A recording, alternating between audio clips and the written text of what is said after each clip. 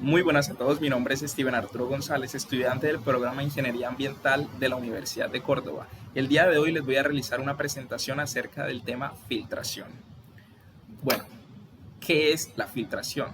Como todos sabemos, el agua en una planta de tratamiento de aguas residuales, al ingresar tiene demasiadas partículas, partículas de gran tamaño, partículas de menor tamaño, partículas de diferente densidad, que a través de los diferentes procesos unitarios, como podría ser la coagulación, floculación, sedimentación, se van removiendo.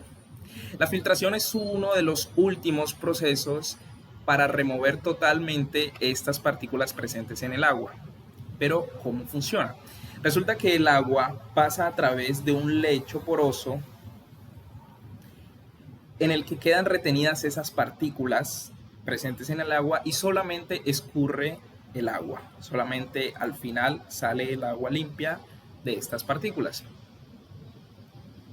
Bueno, esto es la representación gráfica de cómo funciona un filtro.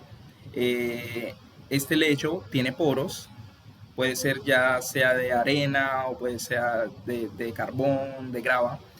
Este lecho tiene poros por donde escurre el agua y en ese trayecto las partículas que tiene el agua se van quedando en el camino. Bueno, ¿y cuáles son las partes de un filtro? ¿Cómo funciona un filtro? Bueno, como entrada tenemos el canal de distribución de agua, que es de donde viene el agua de todos los demás procesos. El agua pasa a un vertedero de descarga, en donde el agua debe alcanzar un nivel máximo de operación o un nivel mínimo de operación. El agua debe estar entre este nivel para que el filtro pueda realizar su trabajo con la mayor eficiencia posible. Abajo tenemos un medio filtrante donde por gravedad el agua baja a través de los estratos del filtro. Los estratos del filtro pueden ser rocas, arena, grava, carbón. El agua pasa por todos esos estratos y al final transcurre por un sistema de drenaje en donde para a un reservorio de agua, ya toda el agua filtrada de todas las impurezas. Bueno, ¿y cómo funciona la filtración? ¿Cuáles son los mecanismos de la filtración? Bueno, los mecanismos de la filtración son dos.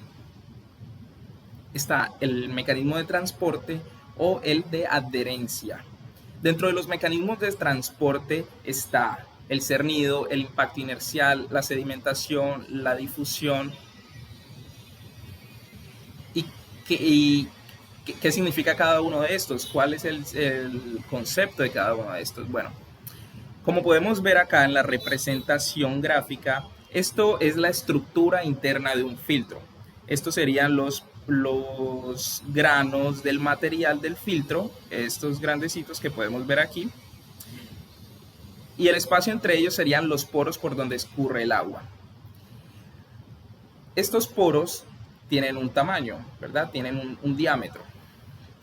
Las partículas que vienen junto con el agua, las partículas que queremos remover, no todas atraviesan esos poros. A este principal mecanismo se le llama cernido, en donde la partícula no puede atravesar los poros del material y por ende queda allí atrapada y solamente escurre el agua. El impacto inercial, por su parte, es el impacto de la partícula que viene con el agua hacia el grano de arena, el grano de grava o el grano del material del filtro. Pero ¿cómo ocurre esto? Como nosotros sabemos, el agua viene con una dirección. Cuando el agua choca contra el grano del material del filtro, cambia su dirección y lo que hace es rodear. Al momento de cambiar su dirección, también cambia la dirección de las partículas que vienen con el agua. Pero a estas partículas no se les facilita tanto retornar a la dirección inicial, sino que por inercia continúan su camino y terminan chocando contra los granos del material del filtro. Al chocar con el grano de material del filtro, se adhiere al grano por fuerzas electromagnéticas, ¿vale? La difusión. Muchas de estas partículas no tienen una dirección una dirección lineal, sino que son partículas demasiado pequeñas, pueden ser bacterias, eh, partículas mínimas, que su dirección es errática, su dirección se mueve para todos lados, no se sabe, entonces estas partículas son difusas y terminan golpeando y adhiriéndose a los materiales del lecho poroso. Tenemos también la sedimentación, que al tener partículas de mayor densidad, en el momento en que el agua transcurre por los poros, estas partículas simplemente se van sedimentando debido a su gran densidad, se van sedimentando y se van quedando, ¿vale? También tenemos los mecanismos de adherencia. Estos mecanismos pueden funcionar de manera complementaria, de hecho funcionan de manera complementaria.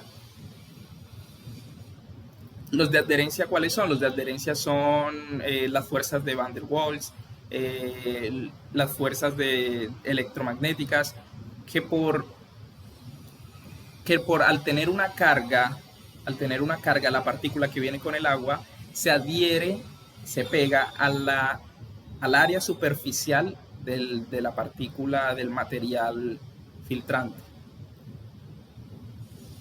Como podemos ver aquí, esta sería una partícula que se adhiere al grano de este material. Esta sería otra partícula, esta que vemos aquí, que debido al impacto impacto inercial, choca con el grano de arena y se queda adherida.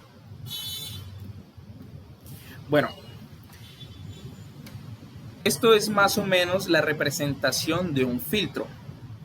Este es un filtro de estratificación inversa, que quiere decir que los granos más grandes se encuentran en la parte inferior y a medida que va subiendo hay unos estratos en donde se van añadiendo granos de tamaño inferiores, y ya en la superficie hay granos mucho más pequeños, como puede ser el de arena. Y este es otro filtro que demuestra una permeabilidad ideal, ¿vale? Aquí en la parte posterior está una arena fina que actúa como una barrera, porque al ser más pequeña ya retiene absolutamente todas las partículas presentes en el agua. El agua va escurriendo desde arriba, va escurriendo, las partículas se van quedando adheridas o se van quedando en el camino debido a su tamaño, y ya el agua escurre y las partículas quedan retenidas. ¿Cuáles son los tipos de filtros? Los tipos de filtros son dos: los filtros directos y los filtros convencionales. Los filtros convencionales son esos filtros de toda la vida, en donde tienen estratos, donde tiene arena, grava, carbón, rocas, por donde pasa el agua. Y en estos filtros es necesario tener todo el proceso anterior de coagulación, de floculación, de sedimentación, porque es necesario, porque si no hubiesen esos procesos, este filtro no tendría tanta eficiencia. ¿Por qué es necesaria la coagulación? Porque una pregunta muy común es ¿por qué es necesario el ensayo de jarras si de todas maneras el filtro va a retener todas las partículas? Bueno, resulta que las partículas vienen neutras. Las partículas que están presentes en el agua vienen neutras. Al pasar por el filtro, ¿vale?, no van a tener la misma eficiencia, la filtración, porque las partículas no se van a quedar adheridas a los granos, y solamente el filtro va a filtrar las partículas de mayor tamaño y van a escurrir junto con el agua las partículas diminutas. ¿Por qué es necesaria la coagulación?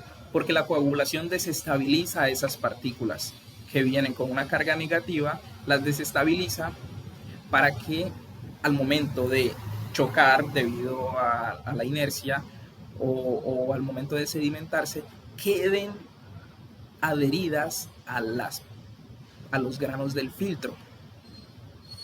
Esto no pasa en un filtro directo. En un filtro directo puede haber coagulación parcial y floculación parcial o no haberla, porque el filtro sí ya retiene todas las partículas que pasan por ahí.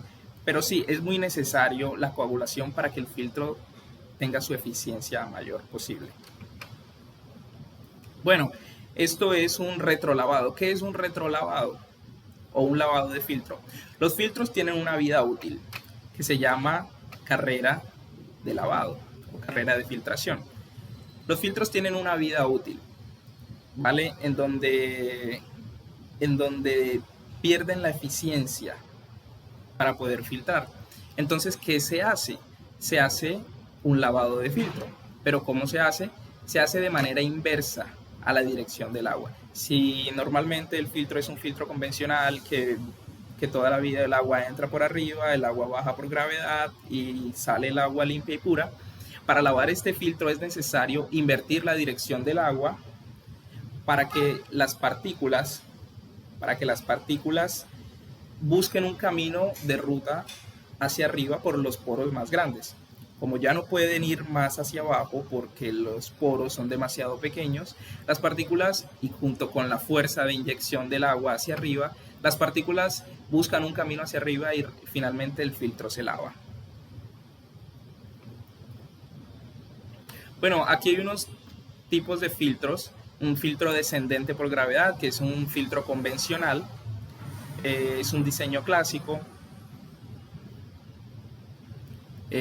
Como dice aquí, es ideal para aguas prefloculadas, es decir, que ya han pasado por un proceso de coagulación, de floculación, sedimentación, para remover todas esas partículas y que solamente queden unas partículas que pueden ser removidas en este proceso de filtración. Aquí tenemos otro filtro ascendente, dice que para filtración directa. Como explicamos anteriormente, los filtros directos no necesitan o necesitan una floculación parcial. Como vemos, el agua entra por abajo y va subiendo a través de los estratos del filtro y todo este lecho poroso se convierte en un floculador natural. Y está el superfiltro o el filtro mixto, en donde el agua entra por arriba, entra por abajo, y en la mitad hay unos canales, en la mitad del filtro hay unos canales en donde recibe el agua que viene de abajo, tanto de arriba. Es como un filtro doble, ¿vale? Un filtro de arriba, filtro abajo, el agua entra por arriba, entra por abajo, y en la mitad hay un canal que ya recibe el agua filtrada. Bueno,